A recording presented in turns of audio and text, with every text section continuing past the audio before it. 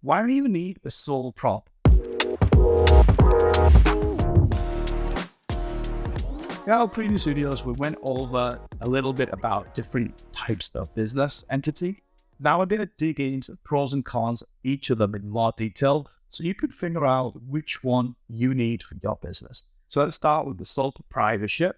What does that really mean? So when we get into that, this is the type of business that's operated by one person, right?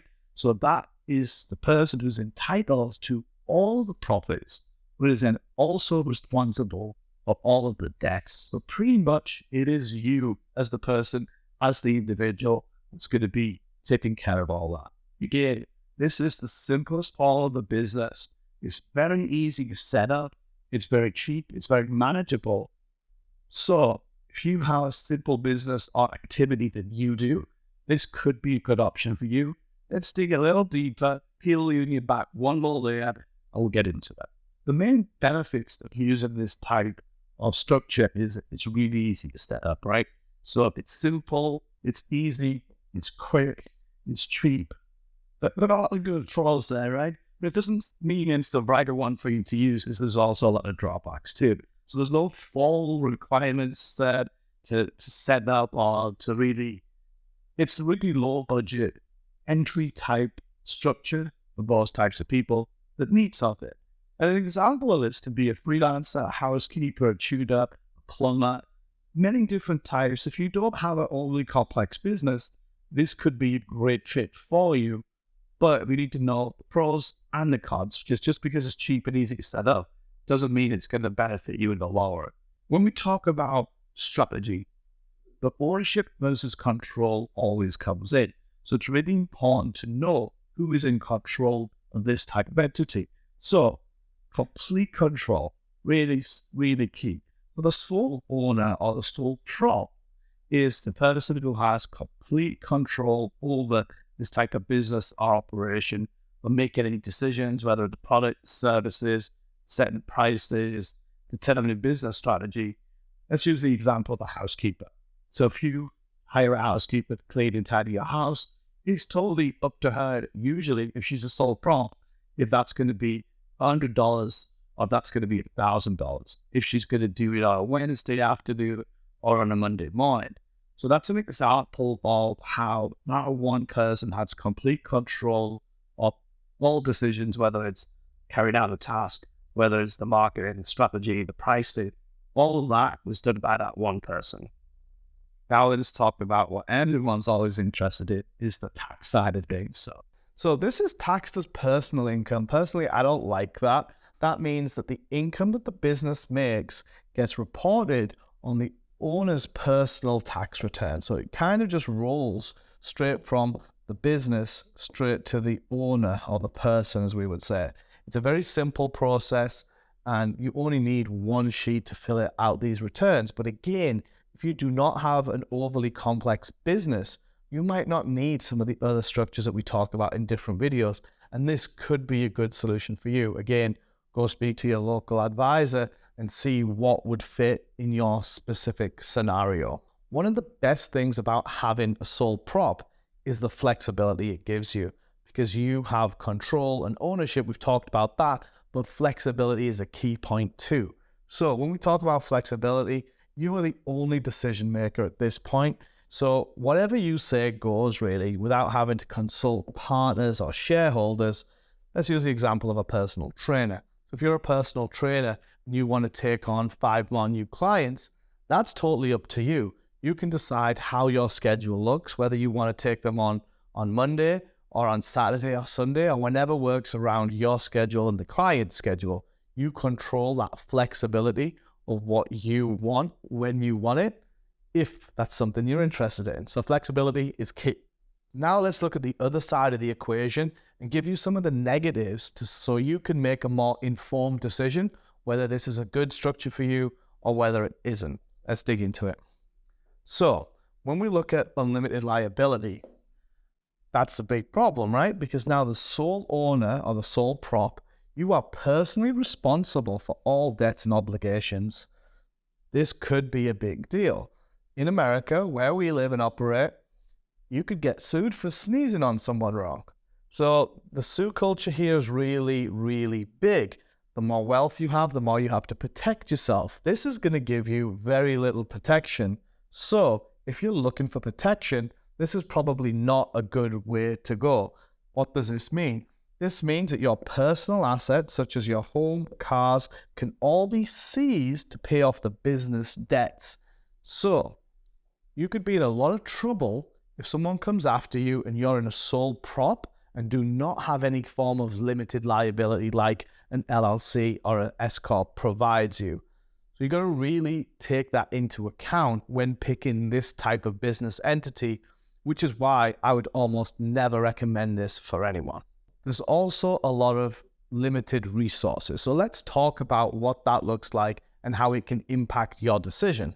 So when we look at resources, sole proprietors are usually smaller businesses. They have limited resources, right? In terms of finance and manpower, they're a one-man band is what we're saying. This can be very difficult to then expand the business and take on a large project. Let me give you an example. If we look at government contracts, if you're a government contractor, like some of my businesses are, you need a huge infrastructure to be able to, one, even bid on that contract, more importantly, then win it, and even more importantly, execute on it. So if you don't have those elements in place, there's no way in the world you'll be able to even bid on that large project and make tens of millions of dollars. So if you have a sole prop, you're probably not going to be in that stage of your business just yet. So you got to know where your strengths and weaknesses lie and what you can do in this business entity to get the most out of it. And it definitely is not going to be bidding on large projects. If you're looking to raise money, do not use a sole prop. It's going to be very difficult. Let's dig into why. So, as a sole prop, it can be challenging to raise capital. Well, quite honestly, it can be challenging to raise capital, whoever you are, if you don't know how to do it efficiently. The last time I raised capital for a company, we raised over $42 million. It was a pain in the ass, and I promised I would never raise capital again. So, it doesn't necessarily mean just because you're a sole prop, it's difficult to raise capital. It does make it harder. And let me explain it in a second, right? So, since you don't have any partners or shareholders to provide investing or financing, you're going to be personally on the hook for everything. So if you've got money, then you should be okay. But if you don't and you're looking to get money externally, it's going to be a little bit more challenging.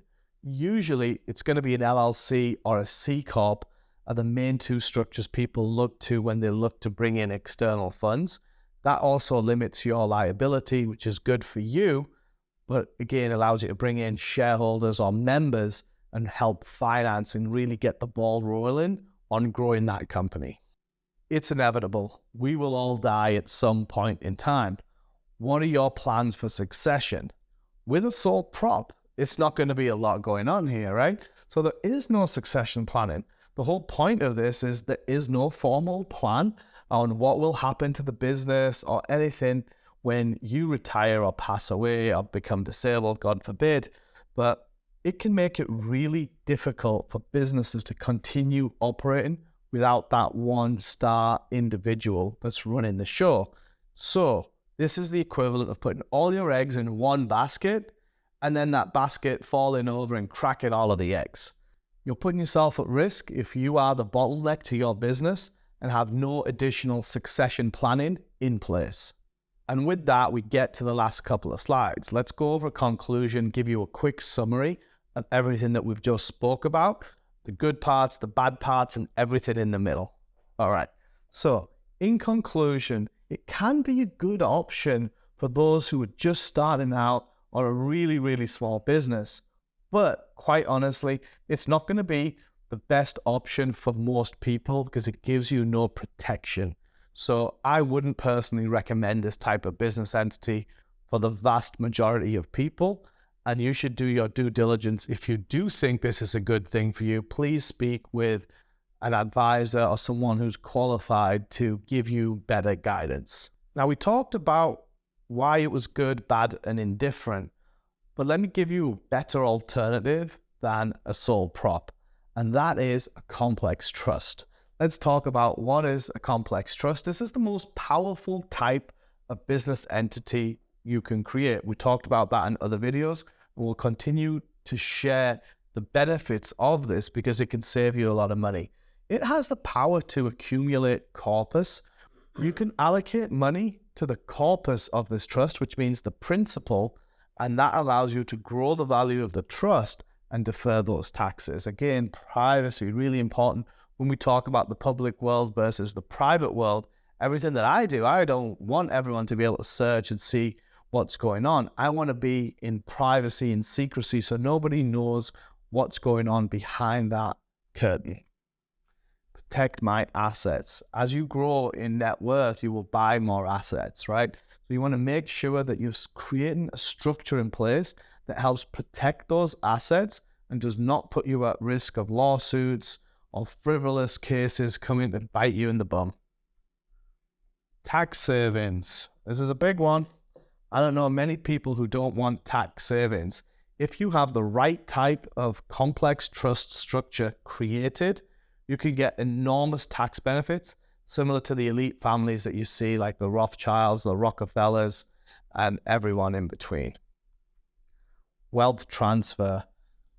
If you want to transfer your wealth on to your heirs in a tax efficient way, having a good complex trust structure can allow you to do that very efficiently. And then last but not least, legacy creation.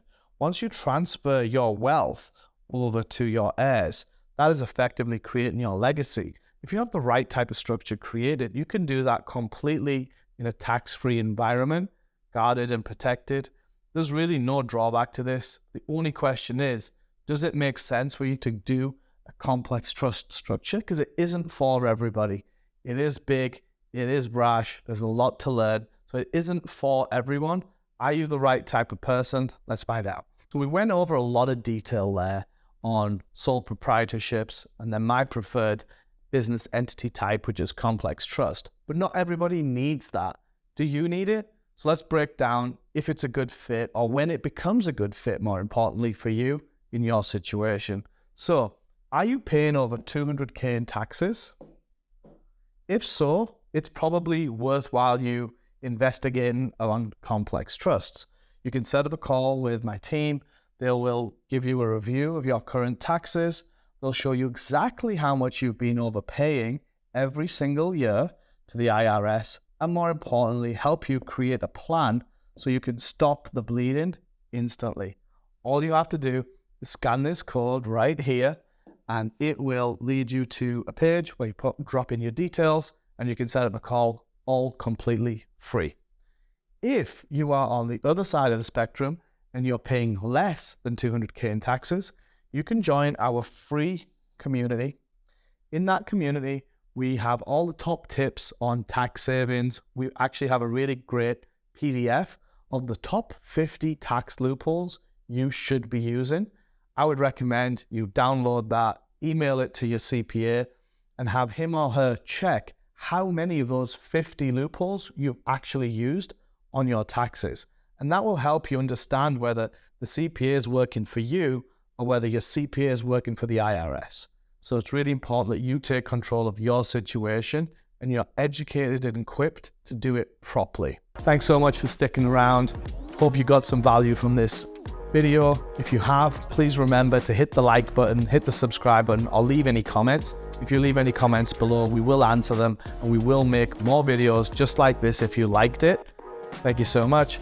Watch this video next or watch this video next.